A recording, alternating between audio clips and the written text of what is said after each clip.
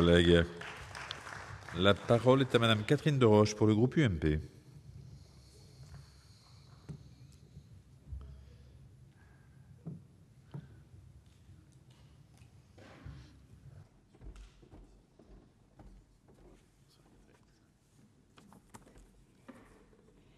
Monsieur le Président, Madame la Ministre, mes chers collègues, je vais à ce stade du débat sans doute répéter des propos déjà tenus, mais le sujet, même à cette heure tardive, le mérite. Je souhaiterais en premier lieu remercier le Président Alain Milon et notre rapporteur Jacques Mézard, qui ont su, durant ces mois de commission d'enquête, fédérer nos sensibilités diverses et permettre la publication de ce rapport important pour la protection de nos concitoyens. J'associerai évidemment à ces remerciements nos administrateurs pour leur implication, j'oserais dire corps et âme, dans ce dossier sensible. À l'origine, ma connaissance des sectes était limitée, et c'est le fait d'aborder le sujet des dérives sectaires par le biais santé qui a capté mon intérêt. Je dois dire qu'au fil des auditions et échanges, il est apparu comme une évidence qu'au-delà des influences sectaires, se préoccuper des dérives thérapeutiques était nécessaire. Le titre final du rapport complète à juste raison l'intitulé initial de notre commission. Dérives thérapeutiques et dérives sectaires, la santé en danger, c'est bien là le fruit de notre réflexion et de nos propositions. Au-delà de la liberté individuelle de penser de chacun, notre rôle est d'apporter à nos concitoyens toutes les protections nécessaires afin que leur santé mentale et physique ne soit pas obérée par des pratiques douteuses.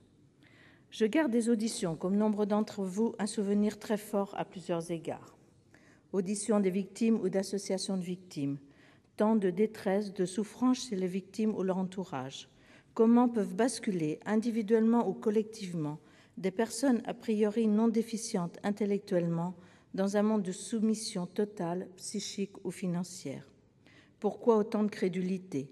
Pourquoi avoir mis autant de temps à se libérer de cette emprise? Pourquoi tant de difficultés pour l'entourage à pouvoir alerter les autorités compétentes? Les familles se sentent souvent impuissantes. On le sait, et les auditions nous l'ont confirmé, une telle emprise peut briser les familles, conduire au divorce ou à la spirale du surendettement et même au suicide. Les situations de carence de sommeil, carence alimentaire, d'abus sexuels, de faux souvenirs induits, décrites par les témoins, nous ont particulièrement émus. Les propositions relatives à l'action publique, à l'attention apportée aux témoignages des proches en matière judiciaire, à l'écoute des victimes par les représentants de l'État relèvent de ce constat. Auditions de professionnels et parmi eux de pseudo-praticiens qui, sous un vocable ou plutôt verbiage scientifique et médical, prônent certaines pratiques non conventionnelles, dont l'inefficacité est totale sur le plan de la guérison et qui relèvent d'un charlatanisme avéré. Il est vrai que nous avons eu droit à des moments un peu surréalistes, notre collègue Alain Milon l'a rappelé tout à l'heure. Il existe ainsi une multiplication de pseudo-thérapeutes qui promettent des remèdes miracles, forcément très chers, sans oublier les propositions d'ouvrages, de stages, de retraites jamais bon marché. Ces thérapeutes, comme les appelle le Conseil de l'Ordre, sont d'ailleurs parfois médecins de formation et de pratique et n'hésitent pas à se faire radier de l'ordre pour pouvoir exercer sans risque de sanction ordinale. D'où notre proposition numéro 1 d'interdire alors de pouvoir faire état de son titre universitaire de docteur.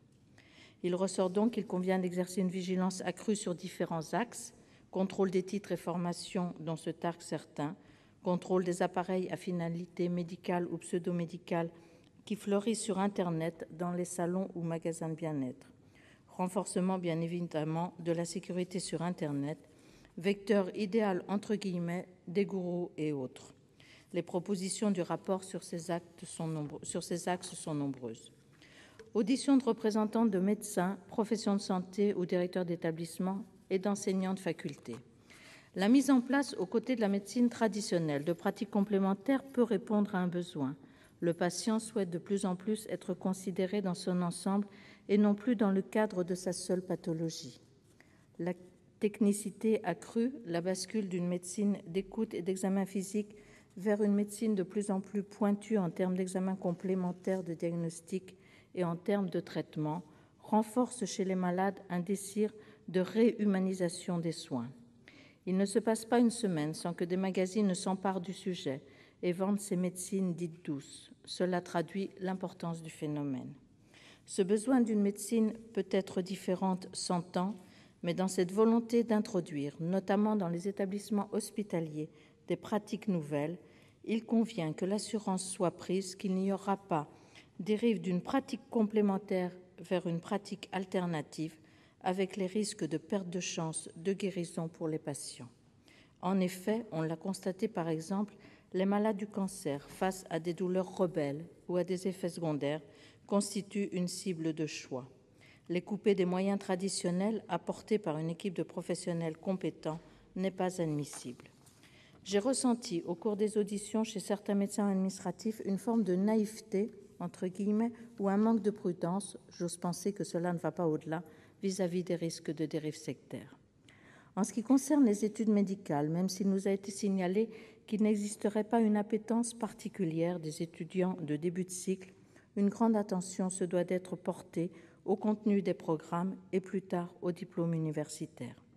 Nos propositions relatives au protocole de soins, au protocole de recherche et à l'enseignement sont majeures à cet égard.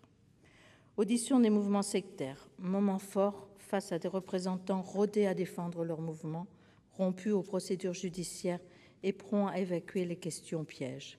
On comprend mieux que certains, ayant cédé à une approche séduisante, puissent avoir du mal à s'en affranchir. La Miviludes, depuis sa création en 2002, a fait un travail important.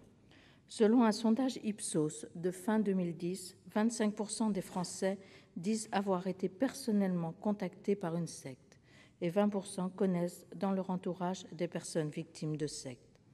Il convient de s'assurer que la Miviludes puisse poursuivre et renforcer ses actions d'information du public, de formation des agents publics et de coordination des pouvoirs publics. En effet, à côté des grands mouvements sectaires, ont émergé des groupuscules multiples.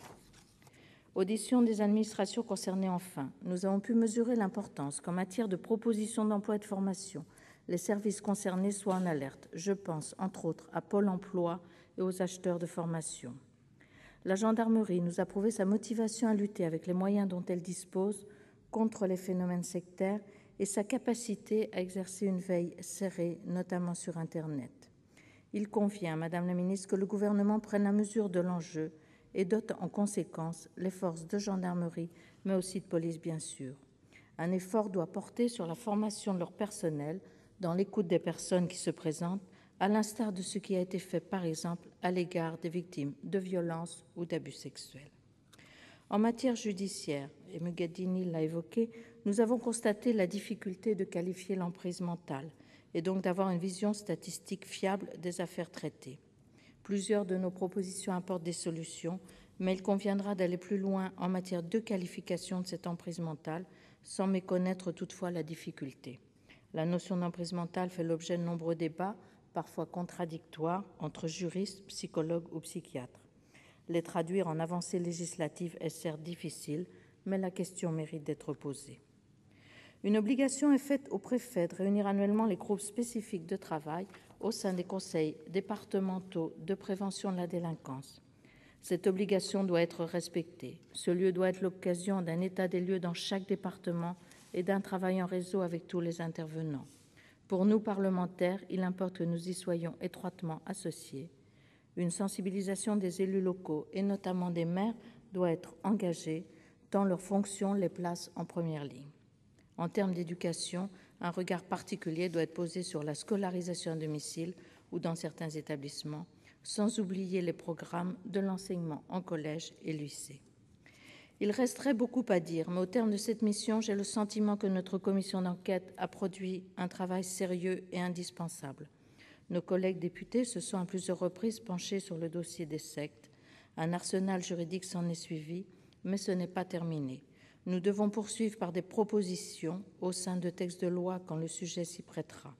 La veille constante que nous préconisons pour d'autres doit s'appliquer à notre travail de parlementaire.